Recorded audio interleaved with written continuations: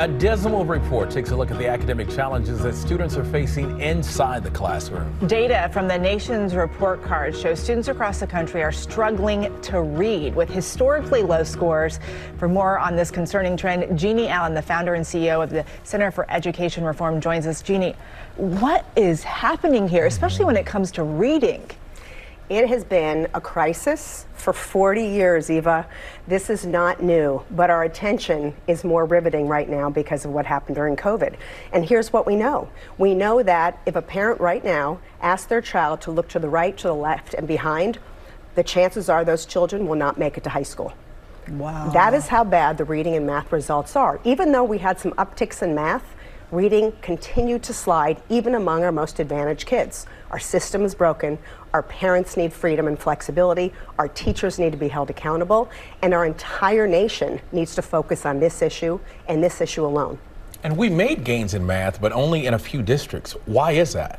Well, two things are happening. First of all, the states where leaders really do drill down and give their teachers and their leaders freedom and flexibility, states like Alabama and Tennessee have said to them, I don't care what happens, I don't care who you have to get rid of, break the rules, let's focus on these kids and bring in great instruction. But even then, it's fewer than 40% of our children who are proficient in math. So it's helping, but where you see the vast majority of kids are in schools where they're not held accountable. Schools open, listen, this is the truth. Schools open whether or not they're doing well, and they don't close. But who's paying the biggest price? I mean, is it minority kids, kids who are living in low-income neighborhoods and areas? Absolutely. Look, the advantaged kids are always going to be a little bit better. They're going to show up places. They're going to get the jobs. They have social capital, right? It is the disadvantaged kids, the black kids. 16% of black kids in 8th grade cannot do math proficiently.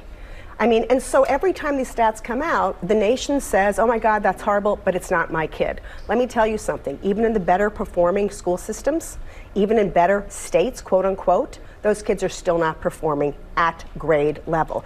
But the state tests mask it, right? Because states game their test scores. So if you think your state or community is getting 70 to 80% of your kids are doing well, quote unquote, that's because you only had to get 50 or 60% of the problems right to get that 70, 80%.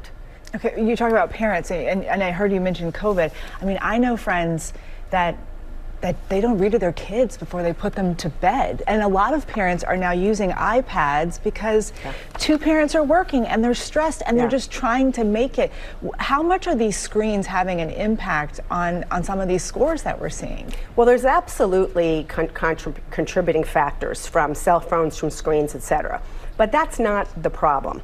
Those are symptoms, but they're not the cause. The cause is the lack of reading, the lack of content instruction. We have known for decades from research and practice that the science of reading is critical. Students need to understand a sound letter connection, they need phonetics, and they need really rich texts to stimulate their brain. We're not holding kids back.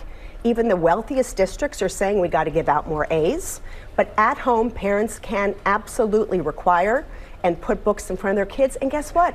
They're not going to be on the screen as much if they're engaged and interested. Mm-hmm. And in 15 seconds, your message to lawmakers, to Washington. You have to break up these monopolies. You have to give parents the option to go other places that affluent, advantaged kids have always had. Give them choice, give them freedom, let them go. Jeanne Allen, it's a real problem, one that we'll be following. Thank you so much. Thank you. We appreciate it.